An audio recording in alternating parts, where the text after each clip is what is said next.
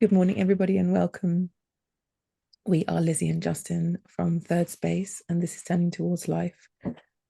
We are so glad to be here as usual, and glad that you're here too, whenever you're listening, wherever you're listening, however you're listening.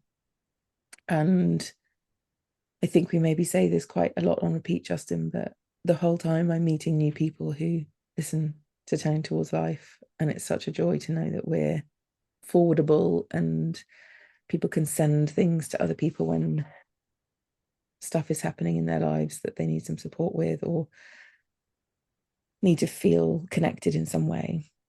And it's such a joy that there are new people all the time coming away. So I'm feeling particularly grateful for that this week, and that in times of difficulty, in times of opening, in times of trickiness in our lives, there are things like this and many, many other things that can really help us. I'm feeling particularly grateful for that this morning, and grateful for you, Justin, bringing this extraordinarily excellent and appropriate for my life. And life in general feels like this is such a beautiful way of relating to when things are hard. So thank you. You're so welcome, Lizzie. Well, hello, everybody. I'm also very, very glad to be here. And I was saying to you, Lizzie, before that I brought this source because a very dear friend sent this to me because she knew I needed it. And very often when I need something, I think maybe other people might benefit from it too. And so here it is. Before we dive in, I want to say to everyone also thank you for being with us. For all of you who've journeyed with us all these years, and for all of you who are joining us now. And just to remind you that you can find us in all kinds of places. You can ask your podcast apps to play Turning Towards Life, and you can find us on Instagram and obviously live in our Facebook group, which everyone's welcome to join. And you can sign up for our weekly email, which people are doing. So just go to turningtowards.life, where you'll find all of these conversations archived and all the sources with them just there waiting for you, and you can search for them and all of that kind of stuff. And there you can sign up for our weekly email, where you get this in your inbox. And now you can support us there too. If you feel like you've benefited, maybe just in general, or maybe there's been a particular conversation that's particularly touched you, you can click on the support us button there, and you can buy us a coffee, which is always very lovely. And I suppose Lizzie helps us, supports us in this grand endeavor of making these hundreds of conversations and keeping them free and available to people. So we would so welcome your support, and also your, as you were saying about affordability, Lizzie, telling people who you love and care about or you feel might benefit from being part of these conversations. So as always, we're going to begin in the way that we always do, which is that we have a source to read, and then our conversation will flow from there. And this source, which you'll find in all of the places I just said, it's called Thursday, and it's by Elaine Beckett. So thank you, Elaine, for this, these wonderful words. When the dusk comes in as quiet as this, as low as this, as dense as this, like your whole world has gone back to where it began, and you wonder how you got into this mess.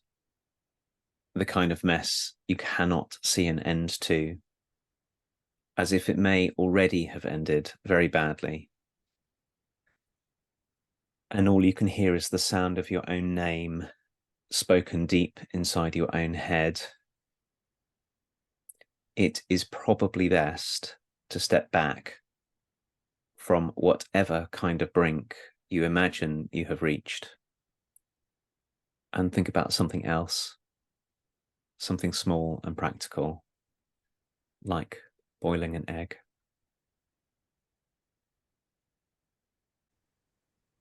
And this is Thursday by Elaine Beckett.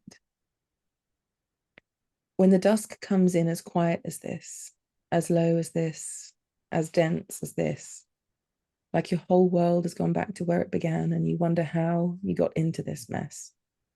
The kind of mess you cannot see an end to, as if it may already have ended very badly. And all you can hear is the sound of your own name spoken deep inside your own head. It is probably best to step back from whatever kind of brink you imagine you've reached and think about something else, something small and practical, like boiling an egg.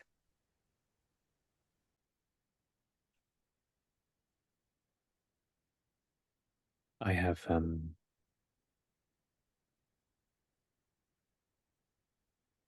Lizzie been feeling this way that Elaine Beckett describes, deep in a kind of mess that you cannot see the end to, that's already ended very badly, quite frequently in the last few weeks.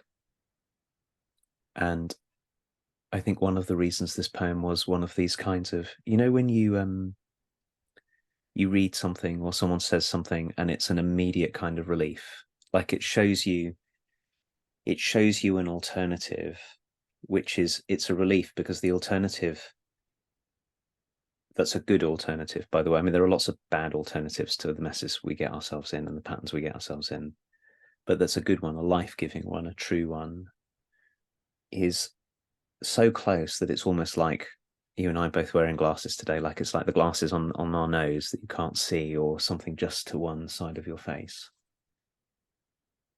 And you read it and it brings relief very, very quickly. That's what these words from Elaine Beckett have felt like, which is very lovely. And I've been noticing this,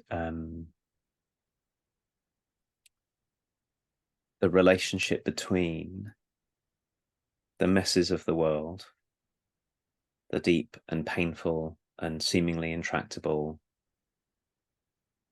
things that happen both far away from us and close into us. So I'm including the world at large and everything that's in it, that we, you know, we come into contact often with things in the far away world that, of course, are only part of a much bigger story, however intense and however worrying and however whatever they are. There's a selection of what we get to see from the wider world, because none of us are ever in contact with the whole of the wider world. So we've got things coming at us that are this way, and then we might have things right in close, our own living circumstances, our relationships, our own health, the mess on my desk, my finances, the part of the house that's got mold and the walls, and then the bigger stuff. So all, of all the scales. And so what I was saying was, there's all of that, and then there's also the way that we experience it on the inside. And you said something really, really brilliant and beautiful last time we were together that I want to carry over into this conversation, where you said something like, well, the only place we experience all of it is on the inside. We never experience any of the outside things actually on the outside. We experience them where we are. And to see that there are many legitimate, truthful choices about how to experience what we experience on the inside, and how to relate to the truthful something that we are experiencing on the inside, is such a gift, because I know that's my kind of forgetfulness, is the one that will, inside me, is the one that will say there is only one way to experience this thing. And of course, when there's only one way to experience what's inside, if I'm only experiencing panic, or I'm only experiencing sadness, or I'm only experiencing confusion, the tempting thing is to get caught up in only that, as if it were the only thing, or to try and replace it with some other only thing, which is as equally unhelpful. I won't feel sad, I'll feel happy. And the way I relate to this poem is that to turn my attention to something small and practical, like boiling an egg, brings my whole attention. What's so kind about this is it allows my sadness and my confusion and my anxiety and my all of that to live alongside care and love and diligence and attentiveness, all of which actually boiling an egg, which is why I'm so glad that Elaine Beckett says boiling an egg and not, she could have said lots of other things. That's what boiling an egg takes. We have to notice and pay attention and get it something in our hands and watch it and love it, basically, in order for a boiled egg to turn out right. And what a gift it is to be reminded that in the midst of all of the bigness of everything right here and right now and right in front of me is a chance to bring some really beautiful, loving, dignified, life-filled human qualities that don't negate any of the other stuff. They make it go away, and they don't deny it or denigrate it or something. But it's true as well that boiling an egg really matters. Whether it's just for me or if it's for you or for someone else, it really matters. And that's always available to us to remember right in the midst of almost anything that we're in the midst of. That's really beautiful to hear the distinctions around boiling an egg that you're making. And somehow for me, it's such a familiar feeling to feel completely overwhelmed by what I'm experiencing, that whether it's out there or in here, something's been triggered, some massive, what feels like and experientially is like a massive breakdown has occurred, like some kind of breaking of my normal way of being in the world, my habitual ways, something smashed through and waking me up to things. It's so easy and common in my life to feel like it's too big, like everything's too big. I can't, I feel powerless, or there's nothing to be done. It's too hard. I want to go home now, please. I've had enough. Not this. Like, I can't handle this thing. This is too big. This is too much. And so use the word kindness, how kind it is that there is permission in this invitation from Elaine Beckett to turn towards something that isn't too big for me, but that is still, as you say, has grand importance. And it really matters to be in the ordinariness of our lives. And there's a kind of necessary soothing in it, when we're on fire, when we're like traumatized, when we're so open and raw and something's happened that feels like it's blown open some inner gates or something, and it's panic inducing and anxiety making and awful, to have a way of, I don't think it's a common permission that gets given, but this poem is giving us permission to say, turning to the ordinary things, turning to what is your equivalent of boiling an egg, which might be going for a walk, picking some flowers, digging the garden, walking the dog, putting our faces to the sun for 2 minutes and breathing.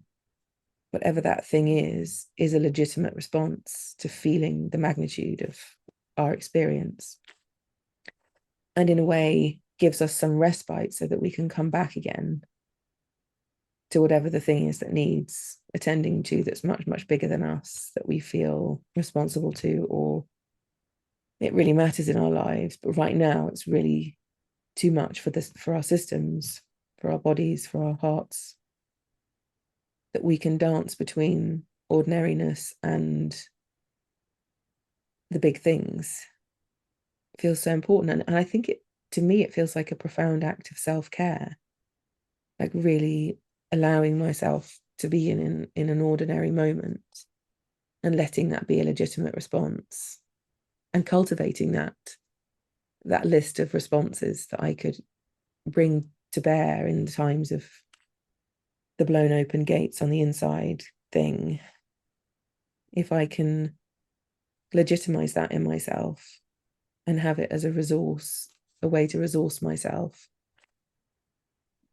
I can just feel myself breathing more easily and feeling grateful and letting that be allowed. Because I know I have a voice that's like, no, no, no, you have to keep facing in, you have to keep doing something because shouldn't be happening. But most of the time, it doesn't have to be done right now. Most of the time, we have time to resource ourselves, to find the eggness, and to make contact with it and resource ourselves and make contact and bring ourselves back again if needed to the thing that's of greatest magnitude in our lives at any moment.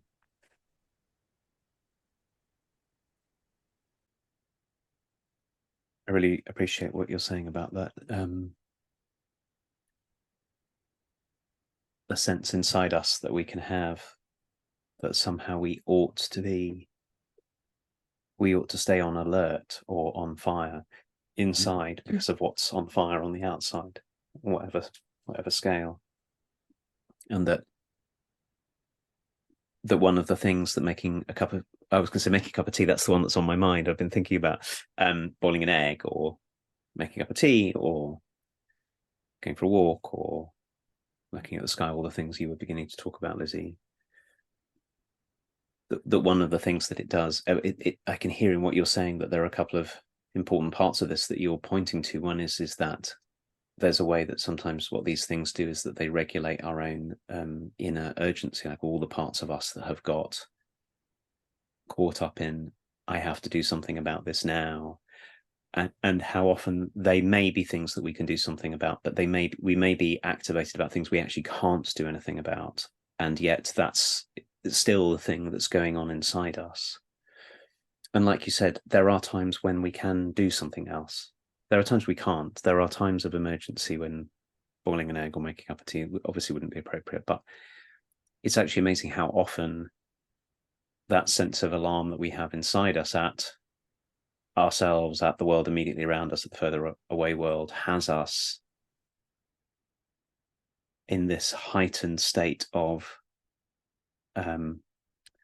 reactiveness and responsiveness. And that doing the thing that you talked about, one part of it might be that it sort of regulates that. It gives all of that a chance to calm down, and it gets us back in contact with something other than the panic, or even actually something other than the sense of I'm responsible here for the something that's happening. And I was thinking about cups of tea actually as I let on. I was going to say that maybe because I, like you, have grown up in the country that we have grown up in, tea's a big thing, at least it is in my life. But then I was tracing back to my ancestors who came from Russia and Poland and all that. They all made tea as well. And I think of times I've been to other cultures and everyone's making tea of some kind. And I think it's a bit like boiling the egg, which is that right when we could be diving into action, we could be diving into all the different versions of this, Lizzie, like when I see you and I want something from you, I feel like I have to get you to agree with me or disagree with me or do something, whatever. That the function of making you tea or you making me tea and then us sitting and drinking our tea before we begin whatever it is we were going to begin, I think it's the same. It's related to what Elaine Beckett's talking about, which is the simple act of attending with care to something that's right in front of me, and then when I'm with you, that is between us, is this act of stepping back from whatever brink we imagine, which might turn me into some kind of desperate action machine and you into some kind of desperate action machine. And we have a chance to meet our own and one another's humanity and our own depth and our own wideness, just because we paused for a moment to attend to something so practical and so physical. And so it's making me think, I came into this poem from feeling from feeling in a sense of sort of extended alarm and grief and all kinds of things that I'm carrying around with me at the moment. But I also recognize in talking to you about it that it's actually also about, it's about this, when we're on a brink, as Elaine Beckett says, but it's actually in a way we're sort of on a brink of something all the time. We're on the brink of taking life to be one particular thing all the time, if we don't watch out for it. And so when we meet one another, we could also step back from that brink, make a cup of tea or boil an egg, or whatever the equivalent is, and see ourselves and see one another in a new way before we begin to say or hear whatever it is we're going to say or hear. And that itself, the small practicality, would make and could make what happens between us incredibly different to the thing that might have happened had we rushed in already in the mess, already only seeing, if it's a mess that we're sorting out. And very often there are messes to sort out in the world. When I think I've said this a few times before in our hundreds of conversations, I remember so clearly early on having my first job, and one morning sitting and choosing to read something that was actually very relevant to what I was doing, and somebody, a manager, coming along and telling me I really needed to get into action, like criticizing me for taking a few minutes to read and prepare. And I remember that now, because I think partly what Elaine Beckett is inviting us into is to notice how much urgency there is in us, and how much is calling for this other move that gets us in contact with ourselves and one another in the world in a way, way, way deeper and a sort of a way more straightforward way. Yeah, what's coming up for me, Justin, is that we are all entitled to take things at the pace that our own bodies and hearts and minds feel, what's the word, able to. I think you use the word urgency. I know I experience in myself a kind of, I've got to get over this, or I've got to deal with this, or I've got to do something. And it's really pervasive, like it's really strong. And so this kind of permission to give ourselves the time that we need at the kind of pace that we need, that not everything has to keep coming out or keep being talked about or keep being processed or keep being faced into or keep being, I'm thinking of my relationship to watching the news, for example. Like, I don't have to keep watching the news to feel like I'm not a terrible person. It's like I'm allowed to go, this is too much right now. I'm going to take a breath and not do this for a couple of days, and maybe return, maybe not return, maybe return in a different way. But to try and it's not only about the news and what's happening in the world at the moment, but if something gets kind of triggered in me or born in me that I wasn't expecting, or that feels painful, emotionally painful, or even physically, I also have some choice about how I engage with whatever that is. And I really believe that we can kind of trust that whatever magnitude entered in the first place is enough to keep us informed of what's happening for a really good while. And we don't need, and we can unpack it in whatever speed and way that feels safe and right for us. That there's not we don't need to succumb to the kind of inner demand to keep responding and to keep this going and to keep it up and to keep dealing with stuff. That we're so within our right to say, I need to take it slow, or just one thing at a time, or I'm just going to put this down for a while and do the boiling an egg thing. So there's a kind of, when you talked about somebody being cross with you for reading something, I think it's such an important thing to accept that each of us will have different ways of responding to everything that's happening on the inside of us, and that we can take the route that feels like the route that wants to be taken, and we can trust ourselves with that. And I think it's especially important when things come up and these big things get blown open, that we don't feel like we have to stay in the intensity of these things all the time to do them justice. There's, like you said earlier, there's things you're carrying around with you, and you can carry something around with you without being completely interlocked with it. We can put things to one side and we can say, I'm going to come back. Of course I am, because you've revealed yourself to me already. I can't unsee that. I can't unfeel that. I can't experience that. But I do have some choice as to whether I boil an egg or go for a walk or come back to you later. I don't have to do it all now.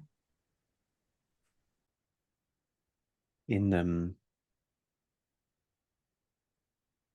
really appreciating this sense, Lizzie, in the way that you're talking about that,